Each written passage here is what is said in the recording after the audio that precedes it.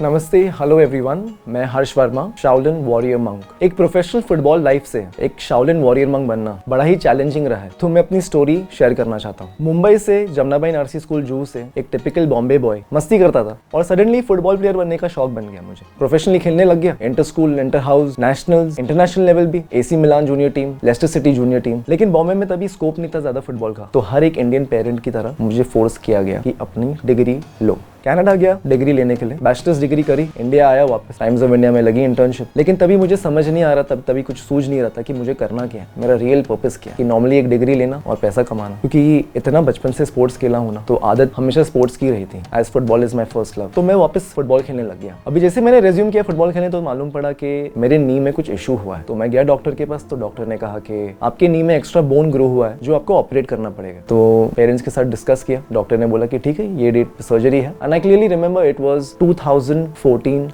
May. I had my knee surgery. अभी मुझे ये नी प्रॉब्लम हुई थी इसलिए क्योंकि मेरे बॉडी में कैल्शियम एक्स्ट्रा हो गया था, जिसको बोलते हैं ऑस्टियोकॉन्ड्रोमा। अभी सर्जरी रूम में, ऑपरेशन थिएटर में, डॉक्टर ने कहा कि आपके लेग में एक ट्यूमर है जो मैलाइन है। डॉक्टर ने थोड़ा सा मेरा थाई मसल भी काटा था, जिसकी वजह से एक हॉलोनेस प्रिपेयर हो गई थी मेरे पैर में। अभी जो मेरा 2 महीने का रेस्ट था, अभी वो 6 महीने का रेस्ट होने वाला था। तो ये मेरे दिमाग में ऑलरेडी बैठ गया था कि मेरा फ्रस्ट्रेशन, मेरा इरिटेशन और मेरा डिप्रेशन लेवल बढ़ ही जा रहा था। कोई भी अमाउंट का फिजियोथेरेपी हेल्प नहीं कर रहा था। मैंने आयुर्वेदिक थेरेपी भी ढूंढी, मैंने मेरे south east Asian countries, Thailand, Indonesia, Malaysia, वहाँ पे भी फाइंड आउट करा, R&D करी, लेकिन मुझे कुछ हेल्प नहीं मिल रही थी। मेरी मम्मी भी बहुत परेशान होती थी, जो रात को उठती थी, मेरे को आइस करती थी मेरे नी में। मेरे लेग में ऑलरेडी 12 टाके पड़े हुए थे जो हील होने टाइम कर रहे थे। एक लेवल पर इतना फ्रस्ट्रेशन पहुंच गया था कि मुझे सूझ नहीं रहा था कि मैं ऑनेस्टली चल भी पाऊंगा या नहीं। तो किसी ने मुझे कहा, मेरे एक फ्रेंड ने, कि तू यार चाइनीज मेडिसिन क्यों नहीं देखता है। तो मैंने चाइनीज मेडिसिन देखा, तो देखा अरे एक्यूपंक्चर है, एक्यूप्रेशर है और काफी कुछ चाइनीज मेडिसिन थेरेपीज है। तो बीजिंग हॉस्पिटल में थोड़ा मेरे सेविंग से ज्यादा एक्सपेंस हो रहा था, तो मैं अफोर्ड नहीं कर पा रहा था। तो एक मेरे मार्शल आर्ट फ्रेंड ने मुझे बोला कि यार शाओलिन में भी उन लोग हीलिंग करते, तो पूछ वहाँ पे, फाइंड आउट कर, उनके वेबसाइट पे देख। तो शाओलिन के वेबसाइट पे गया, तो देखा उनका एक मेडिसिन सेक्शन है। तो मैंने झट से उनका ईमेल एड्रेस लिया, उनको मैंने रीच आउट किया, मैंने उनको पूछा। तो 3 हफ्ते तक मुझे कोई रिप्लाई नहीं आया। मैंने उनको अराउंड 15 से 20 बार भी कॉल करा, लेकिन मुझे कोई फोन भी नहीं मिला उनका,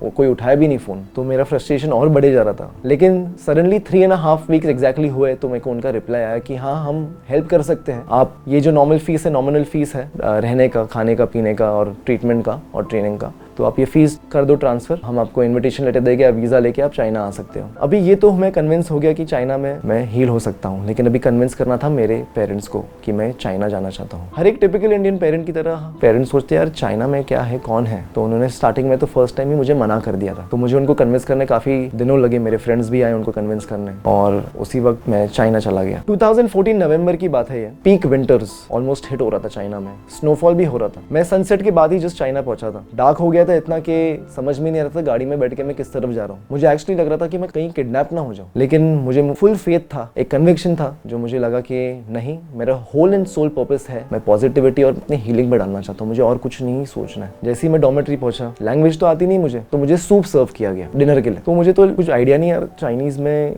वेजिटेबल को या किसको क्या बोलते हैं। तो मैंने सूप पी लिया, तो मालूम पड़ा मशरूम सूप है, और मेरे को मशरूम से बड़ी एलर्जी है, तो एलर्जी भी हो गई। तो आप देख रहे किस तरह मेरी छोटी छोटी हार्डशिप्स डेवलप हो रही है हर एक इंसिडेंट्स में। अभी नेक्स्ट डे मॉर्निंग मैं गया फॉरेन अफेयर्स ऑफिस, वहाँ पे मेडिसिन सेक्शन में मुझे एंटी एलर्जी शॉट दिया। जैसे ही मैं टेंपल में उतरा, देखा मैंने इतना beautiful serene location, red, green, grey structures, सब छोटे छोटे यंग मॉन्क्स जो है ट्रेनिंग कर रहे हैं, एनर्जी और कुछ वाइब अलग ही था वहाँ का। मुझे फुल बिलीव हो गया था कि मैं यहाँ पर डेफिनेटली ठीक होकर ही जाऊंगा वापस। जैसे ही मेरा थेरेपी चालू हुआ, उसको 3 महीने लगे। मेरे पैर पे 30 नीडल्स होती थी एक्यूपंक्चर की एवरी डे। उसके साथ थोड़ा मुझे मेडिसिन भी खिलाते थे, और उसके साथ मुझे थोड़ी स्ट्रेंथ ट्रेनिंग भी चालू करनी पड़ी। जैसे ही मेरा 3 महीने बाद थेरेपी खत्म हुआ, मुझे फॉरेन स्टूडेंट्स के साथ शिफ्ट किया गया ट्रेनिंग के लिए। तभी फॉरेन ग्रुप्स को इतना इंटेंस ट्रेनिंग नहीं कराते थे, लेकिन हाँ, ट्रेनिंग था, काफी अच्छा हार्डकोर ट्रेनिंग था। तभी हमको मॉर्निंग में अराउंड 5:30 उठना पड़ता था। हमारा फर्स्ट ट्रेनिंग सेशन 6 to 7 होता था, और फिर ब्रेकफास्ट होता था उसके बाद, और ब्रेकफास्ट के बाद हमारा सेकंड सेशन होता था 2.5 आवर्स का, क्योंकि विंटर्स में इतना ट्रेनिंग ज्यादा करते नहीं हम। और फिर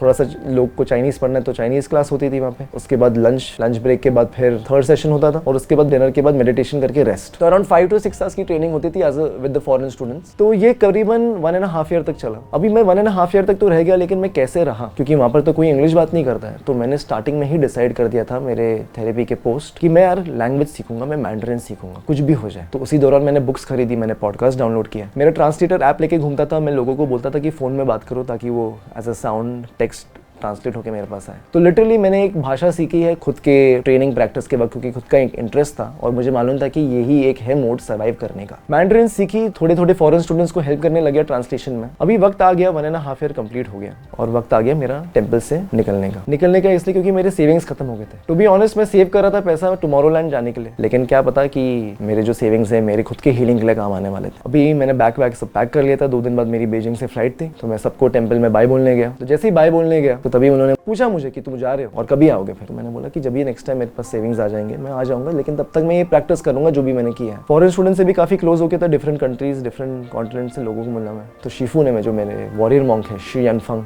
और वॉरियर मॉन्क लीडर है जो यंदी, तो वो लोग ने डिसाइड किया कि इनको एबट के पास लेके जाते हैं, डिस्कस करते हैं और इसको अडॉप्ट कर लेते। तो मैं जैसे ही एबट के ऑफिस गया, हमारे जो मेन हेड है टेम्पल के, the abbot of the temple Shi Yongxin दाफाशर, तो उन्होंने मुझे बोला कि हाँ हम आपको अडॉप्ट कर लेते हैं। तभी मैं कुछ बोल नहीं पाया, मैं शॉक भी था और मैं खुश भी था, और मैं सिर्फ सब लोग को देखे जा रहा था रूम में, और बोला कि आपकी वॉरियर मॉन्क की ड्यूटीज होगी, आपको as a warrior monk adopt किया जाएगा और आप ट्रैवल करिए, जो भी प्रमोशन टेम्पल का रहेगा as a kung fu practice, as a spreading of Buddhist culture, ritual, ceremonies, ये सब रहेगा, वो आपको इसका हिस्सा बनना पड़ेगा। तो मैंने कहा डेफिनेटली, और आपका प्राइमरी सर्विस जो रहेगा एज अ ट्रांसलेटर रहेगा, तो आप और अच्छे से चाइनीज मैंड्रिन पढ़ाई करिए। तो मैं तो बहुत ही खुश हो गया। तो मैं भागा और मैं अपने शी यनफंग जो हमारे मेरे को जिसने फॉरेन स्टूडेंट्स के जो मास्टर थे, मैं उनके पास भागा। मैंने बोला शिफू आपने सुना मेरे को? बोला हाँ मेरे को मालूम है क्योंकि मेरे से डिस्कस हुआ है। तो मैंने बोला कि शिफू मतलब अभी मैं आपके साथ ट्रेनिंग नहीं करूँगा, मैं वॉरियर मॉन्क्स से करूँगा। मैं हमेशा ना वो वॉरियर मॉन्क्स को देखता था बाजू में ट्रेनिंग करते हुए, और मैं उनको बहुत लुकअप करता हूँ, अभी भी लुकअप करता हूँ, क्योंकि वो मेरे सीनियर्स हैं, मेरे ब्रदर्स हैं, और मैं हमेशा चाहता था कि मैं उनके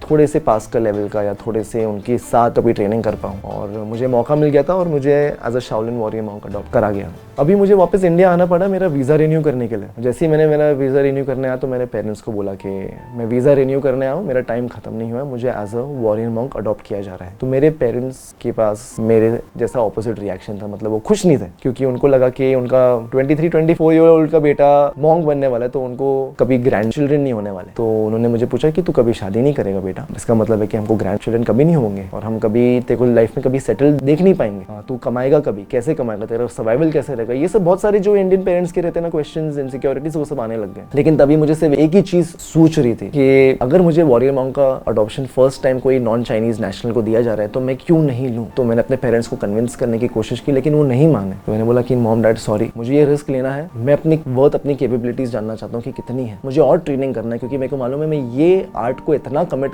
अगर 1.5 ईयर में इतना इंप्रूव हुआ हूँ, वो भी एक इंजरी के बाद, वो भी मैं लिटरली बेड रिडन था, मैं व्हील चेयर पर था, तो मैं अगर और थोड़ा इसको टाइम दूंगा तो मैं इसको एकदम इंटेंसली स्टडी कर पाऊंगा, इसके पूरे कल्चर को स्टडी कर पाऊंगा। ये सिर्फ कुंग फू की आर्ट नहीं है, इसमें हमारे जो 3 पिलर्स है वो बुद्धिस्ट फिलोसफी है, कुंग फू है, मेडिसिन है, तो ये 3 मुझे आर्ट थरीली पढ़नी थी। तो मैंने अपने पेरेंट्स से थोड़ा सा घर पे ड्रामा हुआ और मैं फ्लाइट पकड़ा और मैं वापस चाइना चला गया और अपनी वॉरियर मॉन्क ड्यूटीज पे लग गया। मैं तो ट्रैवल करता रहा in and around Asia, around Europe, तो उसके लिए ट्रैवल किया, अमेरिका भी गया, कनाडा भी गया। जो हमारे टेम्पल में सेरेमनीज रहती है, जो प्रमोशनल एक्टिविटीज रहती है शाओलिन कल्चर को स्प्रेड करने का, कल्चरल फेस्टिवल्स जो रहते हैं, तो ये सब चीज हमारी ड्यूटीज थी, हमको करना पड़ता था। और मेरी प्राइमरी ड्यूटी थी कि एज अ ट्रांसलेटर हेल्प करूँ। 2017 में शाओलिन टेम्पल ने डिसाइड किया कि वो अपना 4th पिलर ऐड करने वाले हैं। उसको टर्म दिया जा रहा था ज़ेन आर्चरी का। Out of 120 warrior Monks 8 warrior Monks को सिलेक्ट करा गया और उसमें से मैं एक था, और हमको 4 मंथ्स के लिए ग्वांगझो भेजा गया। अभी हमारा 8 to 10 आवर्स का रूटीन होता है टेम्पल में ट्रेनिंग का, जहाँ पर हम सुबह 4:15 उठते हैं एज अ वॉरियर मॉन्क, और जैसे ही उठते हैं हमको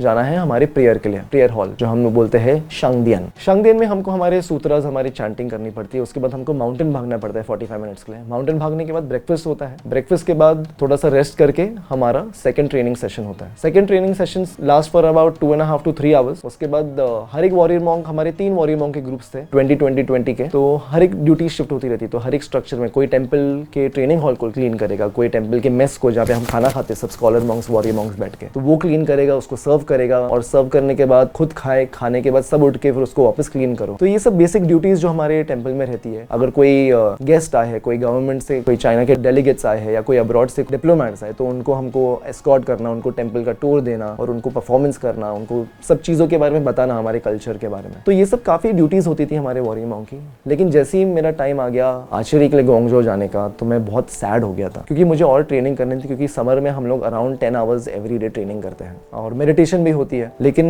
मैंने शिफू, मेन जो फांगजांग शिफू है, जो एबट है उनके, मैंने असिस्टेंट जो उनके राइट हैंड है, उनसे डिस्कस किया। मैंने बोला कि क्या मैं नहीं जा सकता हूँ कि मेरे को थोड़ा और ट्रेनिंग करना है, इतना अच्छा अपॉर्चुनिटी। और मैं थोड़े से एक माइनर इंजरी से भी हील होकर आया था वापस, स्वॉर्ड से कट गया था, तो ये सब चीज़ें बेसिक चीज़ें होती रहती है। उन्होंने कहा नहीं तू नॉन चाइनीज़ है, एक ही है, तो तेरे को जाना पड़ेगा और अच्छा रहेगा कि क्योंकि तू जब आएगा आगे जाके तू ट्रैवल करेगा तो ट्रांसलेट करने सिखाने तो अच्छा रहेगा। तो मैं चला गया ग्वांगझो। हम लोग को 4 months 10 hours a day of intense archery training होती थी। मैं जैसे ही साउथ ऑफ चाइना गया ना, तो मैंने देखा वहाँ पे कि कितने अलग अलग स्टाइल के मार्शल आर्ट्स है वहाँ पे। तो मैं सोचा कि why not in my free time में 1-2 स्टाइल सीखूं। तो पहले मैं बहुत रिजिड हुआ करता था कि नहीं, Shaolin is mother of all forms, Shaolin ही सीखना है, नॉर्दर्न स्टाइल इज एवरीथिंग। लेकिन मैं जैसे ही देखा कि यार ये तो वेरी सिमिलर है, जो एक्सट्रैक्शन प्रोसेस है, जो कोर एलिमेंट होता है जो मार्शल आर्ट्स का, डिफेंस एंड अटैक सिस्टम का, extraction of power, release of power using the force, ये सब वेरी सिमिलर है, एवरीथिंग इज वेरी को रिलेटेड, लेकिन सिर्फ स्टाइल अलग है और टीचिंग प्रोसेस जो शिफू सिखाते वो अलग है। तो मैंने बोला कि यार मैं सीखता हूँ ये, why not,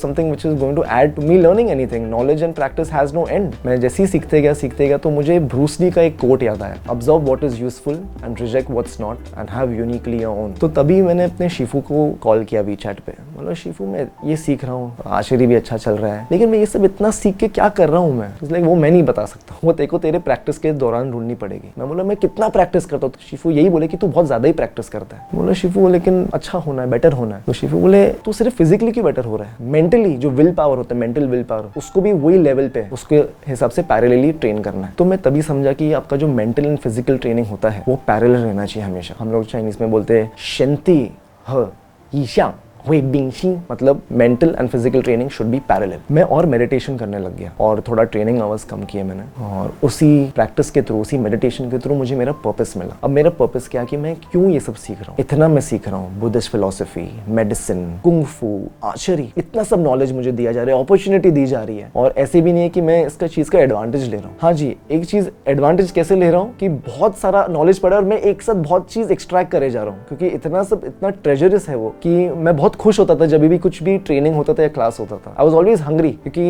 as a student you will never stop being hungry, and even a teacher is always a student. तो मुझे बहुत मजा आ रहा था सीखने के लिए, लेकिन मुझे मेरा पर्पस मिल गया कि I should be open to learning different styles, and when the time is right I should spread this with people and show it to people, because Shaolin culture is originally from India. It was started by an Indian Buddhist monk called Bodhidharma, who is from south of India, Kanchipuram. ये बहुत कम लोगों को मालूम है। तो मैं decide किया था कि मैं और ट्रेनिंग करूंगा, लेकिन चाइना में नहीं, मैं जाऊंगा साउथ कोरिया टाइकोंडो ट्रेनिंग करने के लिए। तो मैंने मेरे शिफू को बोला कि शिफू मेरे को 5 साल हो गए, मैं चाहता हूँ कि मैं थोड़े और डिफरेंट कंट्री के मार्शल आर्ट्स एक्सप्लोर करूँ, ट्रैवल करूँ। मैं ऑब्वियसली आते रहूँगा, जाते रहूँगा, अब मैं एक हिस्सा बन गया हूँ टेम्पल का एज अ वॉरियर मॉन्क। तो उन्होंने बोला वेरी गुड, अच्छा है, उन्होंने मुझे सपोर्ट किया। तो मैं अपने लास्ट शो के बाद जस्ट आया ही था वापस टेम्पल, तो मैं बम्प हुआ Jackie Chan stunt team members से, जो उनकी खुद की टीम है लॉस एंजलिस में अमेरिका में, martial club, Andy Lee, Brian Lee and Daniel Ma. और मैं तीनों को देखा तो मैंने बोला अरे मैं इसको देखा हूँ यूट्यूब पे। एंडी को तभी उसके रेड हेयर थे, तो उसने मुझे पूछा कि यार you're a monk? तो मैंने बोला या bro I am monk, I'm an Indian, so I just came back from my show।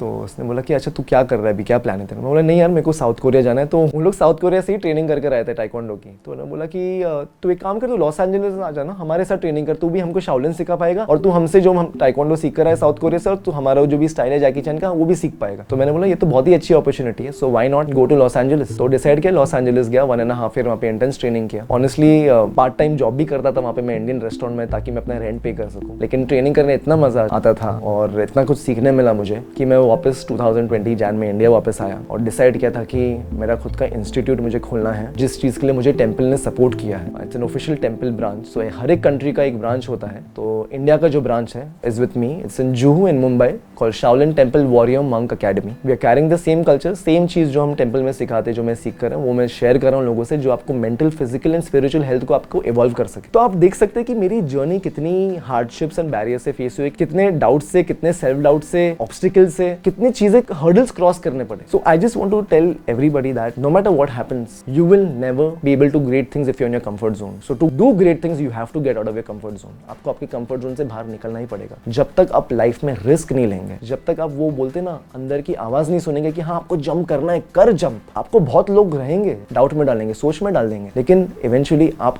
आपकी खुद की सुनना। इन द प्रोसेस आपके जो लव्ड वंस हैं उनको हर्ट होगा, लेकिन जब वो देखेंगे कि आप इतने कमिटेड हो, कितने पैशनेट हो और आप एक्सेल किए हो, तो उनको बहुत खुशी होगी। लेकिन आपको आपके ऊपर फुल फेथ और फुल बिलीफ रखना पड़ेगा और आपको 200% कमिट करना पड़ेगा किसी चीज, कोई भी आर्ट हो, भले आप सिंगर बन रहे, भले आप डॉक्टर बन रहे, या एंटरप्रेन्योर बन रहे, या आप मार्शल आर्टिस्ट बन रहे, या डांसर बन रहे, या आप कंटेंट क्रिएशन कर रहे, लेकिन आपको उसको फुल चीज 100%, मोर देन 100% देना पड़ेगा, तभी आप कोई चीज में एक्सेल होंगे। और always be open to learning. आप जितना सीखोगे आपके लिए बेटर है। हार्डशिप्स एंड बैरियर्स जो होते हैं हमारे लाइफ में is very normal. Take it each day as it comes. Don't dwell in the past, don't think about the future, just be in the present and just commit to yourself and commit to the art that you love and do it passionately.